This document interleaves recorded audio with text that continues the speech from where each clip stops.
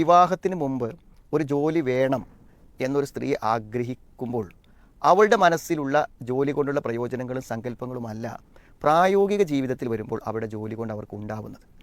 സാധാരണ നന്നായി പഠിച്ച് ഒരു ജോലിയൊക്കെ നേടുമ്പോൾ സഹോദരിമാർ ഉദ്ദേശിക്കുന്നത് വെച്ചാൽ എനിക്കൊരു സ്വന്തമായ വരുമാനം ഉണ്ടാകുമ്പോൾ ജീവിതത്തിൽ എനിക്ക് എന്നെ തന്നെ ആശ്രയിച്ച് മുന്നോട്ട് പോകാൻ പറ്റും. ഇനി ഭർത്താവിൻ്റെ ഡൈവോഴ്സ് ചെയ്താലും എനിക്ക് നിലനിൽപ്പുണ്ട്, പിന്നെ ഭർത്താവിന് എനിക്ക് നേരെ ഒരു നിലയും വിലയൊക്കെ ഉണ്ടായിരിക്കും, ഞാൻ ചെല്ലുന്ന വീട്ടിൽ എനിക്കൊരു നിലയും വില ഉണ്ടാവും, അഥവാ ഭർത്താവ് മരണപ്പെട്ടു പോയാലും എനിക്ക് ജീവിക്കാൻ പറ്റും എന്നൊക്കെയാണ് അവരുടെ സങ്കല്പത്തിലുണ്ടാകുക. പക്ഷേ എന്താ സംഭവിക്കുന്നതെന്ന് വെച്ചാൽ ഇതേ സെയിം പരാതികൾ ധാരാളം സഹോദരിമാർ പറയാറുണ്ട്. അതായത് ഇവർ അധ്വാനിക്കുന്ന പണം വീട്ടിലേക്ക് വന്നു തുടങ്ങുമ്പോൾ ആ പണത്തെ എന്താകും ഈ കുടുംബം ആശ്രയിക്കാൻ തുടങ്ങും. അപ്പോൾ അതിനെ ആശ്രയിക്കാൻ തുടങ്ങുന്നതോട് കൂടെ എന്തെന്ന് വെച്ചാൽ ഈ പണം മുഴുവനും അവരെവിടെ ചിലവഴിക്കേണ്ടി വരും? ഈ വിവാഹം കഴിഞ്ഞ കുടുംബത്തിലും ഭർത്താവിന് വേണ്ടി ചിലവഴിക്കേണ്ടി വരും. കാരണം അതിൻ്റെ ഒരു സ്വതന്ത്രമായ വിനിമയം എന്താവില്ല, ഒരിക്കലും ഇവർക്ക് സാധ്യമാവില്ല. അപ്പോൾ നമ്മൾ അധ്വാനിച്ചിട്ട് നമുക്ക് പണം ഉണ്ടായിട്ട് അതിലൊരു സ്വതന്ത്രമായ വിനിമയം സാധ്യമാകുന്നില്ലെങ്കിൽ പിന്നെ അധ്വാനം കൊണ്ട് എന്താ കാര്യം? ഈ ഒരു വിവാഹത്തിന് മുമ്പ് ജോലി അറിഞ്ഞപ്പോൾ എൻ്റെ അടുത്ത് പണം ഉണ്ടാവും, എനിക്ക് കൈകാര്യം ചെയ്യാന്നൊക്കെ അല്ലേ വിചാരിച്ചത്. അതല്ല പ്രായോഗികമായി കുടുംബജീവിതത്തിൽ നടക്കുക. ഇത് മുഴുവനും കിട്ടിക്കഴിയുമ്പോൾ എന്ത് ചെയ്യും? ഇതൊരു സോഴ്സായി മാറും. അതുകൊണ്ടാണ് ഇപ്പോൾ ഭർത്താവ് ഇവർക്ക് ആരോഗ്യ പ്രശ്നം ഉണ്ടായപ്പോഴും ജോലിക്ക് പോകണം എന്ന് പറയുന്നത്.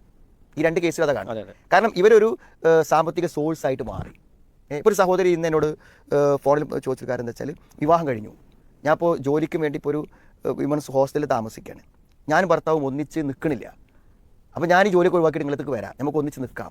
4-5 വർഷം കല്യാണം കഴിഞ്ഞിട്ട് അവർക്ക് ഒന്നിച്ച് നിൽക്കാൻ പറ്റുന്നില്ല. അപ്പോൾ അവരിങ്ങനെ ഫോണിൽ സംസാരിച്ച് എന്ത് ചെയ്യാണ്, ചിലപ്പോഴൊക്കെ പ്രശ്നങ്ങൾ ഉണ്ടായിത്തീരാണ് ഒപ്പം നിൽക്കാഞ്ഞിട്ട്. അപ്പോൾ ഇതൊക്കെ ഒഴിവാക്കിയിട്ട് ഭർത്താവിൻ്റെ കൂടെ താമസിക്കാമെന്ന് വിചാരിക്കുമ്പോൾ ഭർത്താവിന് ഇപ്പോൾ താല്പര്യമില്ല. കാരണം ഇത്രയും വലിയ സംഖ്യയും സാമ്പത്തികവും നഷ്ടപ്പെട്ടു പോകുന്നൊരവസ്ഥ ഉണ്ടാവും. അപ്പോൾ സ്ത്രീകൾ എപ്പോഴും മനസ്സിലാക്കേണ്ടത്, നിങ്ങൾക്ക് ജോലിയും നിങ്ങൾക്ക് ശമ്പളവും കിട്ടുമ്പോൾ ആ ശമ്പളവും ജോലിയും നിങ്ങളുടെ ഭർത്താവിനും കുടുംബത്തിനും വേണ്ടി ഉപയോഗിക്കാം. പക്ഷേ നിങ്ങളെ ഒരു സോഴ്സായി കണക്ക് കൂട്ടുമ്പോൾ നിങ്ങൾക്ക് എന്തായിരിക്കും, ജീവിതം ഭയങ്കര പ്രയാസമായി മാറും. ഒന്ന്, വീട്ടുകാര്യങ്ങളൊക്കെ നമ്മൾ അധ്വാനിക്കണം, ജോലികളൊക്കെ ചെയ്യണം, അതിൻ്റെ പുറമെ ഈ ജോലിക്ക് പോകണം. ജോലിക്ക് പോയി നമ്മൾ അതിൻ്റെ ഒരു സമ്പാദ്യവും അതിൻ്റെ ഒരു വരുമാനവുമാണല്ലോ ആ ജോലിൻ്റെ ഒരു ത്രില്ല്, അത് അവർക്ക് കിട്ടൂല. ശരി, ഇപ്പോൾ പ്രത്യേകിച്ചും ഇത് ബാങ്കിലേക്ക് കയറുന്ന ആൾക്കാരാണെങ്കിൽ എന്ത് ചെയ്യും, അതിൻ്റെ ATM കാർഡ് പാസ്വേഡൊക്കെ ഭർത്താവിൻ്റെ കയ്യിലായിരിക്കും. കാരണം പിന്നെ ഈ ഒരു അധ്വാനത്തിൻ്റെ കാര്യം എന്താണ്, ഒരു സ്ത്രീയെ സംബന്ധിച്ച് അവർക്ക് വരുമാനം ഉണ്ടെങ്കിൽ ആ സ്വത്തിന് 100% അവകാശി അവരാണ്. ഇസ്ലാമികമായി പറയുകയാണെങ്കിൽ എന്ത് ചെയ്യാം, എല്ലാ സ്ത്രീകളും സക്കാത്ത് കൊടുക്കണം, ശമ്പളമുള്ളവർ നമ്മൾ പറയാൻ അവർക്ക് ചിലവില്ല, വേറെ ചിലവ് കഴിച്ചാലേ നമ്മൾ സക്കാത്ത് കൊടുക്കുക. ഇവിടെ അവർക്ക് വരുന്ന വരുമാനത്തിൽ ചിലവില്ലാത്തതുകൊണ്ട് മുഴുവൻ സംഖ്യയുടെയും 2% അവരെന്ത് ചെയ്യണം, കൊടുക്കണം എന്നാണ് പറയാം. അപ്പോൾ അതുകൊണ്ട് എന്ത് ചെയ്യുക, ഈ ഒരു വരുമാനം നമുക്ക് ഉപയോഗിക്കാൻ പറ്റുന്ന രൂപത്തിൽ എന്ത് ചെയ്യണം, അത് സംവിധാനിക്കണം. അപ്പോൾ ഇതൊക്കെ ഇപ്പോൾ കുടുംബം കുറേ മുന്നോട്ട് പോകുമ്പോൾ ഇന്ത്യ ജോലിക്ക് പോകില്ല എന്നൊന്നും പറഞ്ഞാൽ അവരതിന് സമ്മതിക്കില്ല. അപ്പോൾ അതെങ്ങനെയെങ്കിലും പറഞ്ഞ് സാധിച്ചെടുക്കാൻ വേണ്ടി ഇവർ ശ്രമിക്കട്ടെ എന്നാണ് പറയാം. പൊതുവേ ഇത്തരം ജോലികളുമായി വിവാഹത്തിലേക്ക് വരുന്നവരോട് നമുക്ക് പറയാനുള്ളത്, നിങ്ങൾ ജോലിക്ക് പോകുകയും വീട്ടിലെ കാര്യങ്ങളും ജോലിയൊക്കെ നിങ്ങൾ ചെയ്തിട്ട് മുന്നോട്ട് പോകുകയാണെങ്കിൽ നിങ്ങൾ എന്ത് ചെയ്യണം, കിട്ടുന്ന ശമ്പളം നിങ്ങൾക്ക് ഉപകാരപ്പെടുന്ന രൂപത്തിൽ എന്ത് ചെയ്യാൻ പറ്റും എന്നതിനെക്കുറിച്ച് ഒരു ധാരണ ഉണ്ടാവണം. ഉദാഹരണം പറയാം, എനിക്ക് പിന്നെ പണം കിട്ടാൻ തുടങ്ങിയാൽ എനിക്ക് ആദ്യത്തെ നിർബന്ധം ഹജ്ജാണല്ലോ, അല്ലേ? ഒരാൾക്ക് വരുമാനം ഉണ്ടെങ്കിൽ അയാൾ ആദ്യം ചെയ്യേണ്ടത് ഹജ്ജാണ്. അപ്പോൾ ഈ സ്ത്രീക്ക് വേറെ ചിലവൊന്നുമില്ലല്ലോ, ഒക്കെ ഭർത്താവാണ് ചിലവഴിക്കേണ്ടത്. അപ്പോൾ ഇവരൊരു ശമ്പളക്കാരിയാണെങ്കിൽ ഇവരെന്ത് ചെയ്യുക, ഞാൻ എൻ്റെ ശമ്പളം ഒരു ഹജ്ജിന് വേണ്ടി ഒരുമിച്ച് കൂട്ടുകയാണ്, എൻ്റെ ഹജ്ജ് പൂർത്തിയായതിനു ശേഷം മാത്രമേ ഞാൻ എൻ്റെ ശമ്പളം വേറെ നിലയ്ക്ക് വിനിയോഗിക്കുള്ളൂ എന്ന് തീരുമാനിച്ചാൽ എന്തുണ്ടായിരിക്കും, സ്വാഭാവികമായിട്ട് ഒരു പിന്നെ സർവീസ് കാലത്ത് ആകെ ഒരു മനുഷ്യൻ്റെ ഏറ്റവും വലിയ ചിലവ് എന്താണ്, ഒന്ന് ഹജ്ജും ഒന്നൊരു വീടുമാണ്. അതേമാതിരി വീട് ഉണ്ടാക്കുമ്പോൾ സ്വാഭാവികമായും നമ്മൾ പണം കൊടുത്തിട്ടാണ് വീട് ഉണ്ടാക്കണമെങ്കിൽ സ്വാഭാവികമായും ആ പണത്തിൻ്റെ ഒരു അവകാശം വീട്ടിലുണ്ടാവുന്നത് നല്ലതാണ്. അപ്പോൾ ആ സ്ഥലം വാങ്ങുമ്പോൾ എന്ത് ചെയ്യുക, നമ്മൾ പൈസ കൊടുത്ത സ്ഥലം വാങ്ങുമ്പോൾ നമ്മുടെ പേരിലും കൂടി ആവാലോ, കാരണം നമ്മുടെ ഒരു സ്വന്തമല്ലേ അത് നമുക്ക് എന്നും അവകാശപ്പെട്ടൊരു കാര്യമല്ലേ.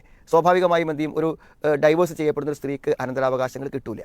അപ്പോൾ ഏതെങ്കിലും കാലഘട്ടത്തിൽ ചെയ്യുന്നല്ലേ വേണ്ടത്, നമ്മുടെ സ്വത്ത് മുഴുവൻ ഭർത്താവിന് വേണ്ടി കൊടുത്ത് ഭർത്താവ് എന്ത് ചെയ്യാണ് അതിൻ്റെ ഒരു അയാളുടെ പേരിൽ മാത്രമാകുമ്പോൾ എന്ത് ചെയ്യും, സ്വാഭാവികമായും നമുക്ക് ചിലപ്പോൾ അവകാശങ്ങൾ വാങ്ങിപ്പോകാൻ പറ്റിക്കോളുന്നില്ല. അപ്പോൾ അങ്ങനെയൊക്കെ വരുമ്പോൾ എന്താണെന്ന് വെച്ചാൽ നമ്മൾ മേജർ എമൗണ്ട് കൊടുക്കുകയാണെങ്കിൽ നമുക്കും കൂടെ അതിലൊരു അവകാശം ഉണ്ടാവുക എന്നുള്ളത് ഏറ്റവും നല്ലതാണ്. വീടാണെങ്കിലും ഒക്കെ അങ്ങനെയാണ്. അപ്പോൾ നമ്മുടെ സമ്പത്ത് എവിടെ പോയി എന്നതിനെക്കുറിച്ച് നമുക്ക് എന്ത് ചെയ്യും, ഒരു കാര്യം കിട്ടും. എന്നാൽ ഇതിൻ്റെ ഒന്നും തർക്കത്തിൻ്റെ പേരിൽ ഭാര്യ ഭർത്തൃബന്ധത്തിനെ ബാധിക്കുന്നത് തുടക്കത്തിലാകുമ്പോൾ ഒന്നും പ്രശ്നം ഉണ്ടാവില്ല. നേരെ വെച്ച് നമ്മളൊരു സോഴ്സായി മനസ്സിലാക്കിയതിന് ശേഷം പിന്നെ ഇത് എനിക്ക് ജോലിക്ക് പോകാൻ വയ്യ, എനിക്ക് കിട്ടുന്ന പൈസ ഞങ്ങൾക്ക് തരില്ല എന്നൊക്കെ പറഞ്ഞാൽ അതെന്ത് ചെയ്യും, പ്രശ്നങ്ങളായി മാറുന്നതാണ്. അപ്പോൾ ജോലി എന്നുള്ളത് നല്ലതാണ്, പക്ഷേ നമ്മുടെ മക്കൾക്ക് കിട്ടേണ്ട അവകാശങ്ങൾ നഷ്ടപ്പെടുത്താതെ നമ്മുടെ ജീവിതത്തിൽ നമുക്ക് ചെയ്യേണ്ട ആരാധനകളും കർമ്മങ്ങളും ചെയ്യാൻ തടസ്സമില്ലാതെ എല്ലാം ബാലൻസ് ചെയ്ത് നമ്മുടെ സ്വത്ത് നമുക്ക് അനുഭവിക്കാൻ, അധ്വാനത്തിൻ്റെ ഫലം നമുക്കും കൂടെ അനുഭവിക്കാൻ പറ്റുന്ന രൂപത്തിൽ സംവിധാനിച്ച് മുന്നോട്ട് പോവുകയാണ് വേണ്ടത്.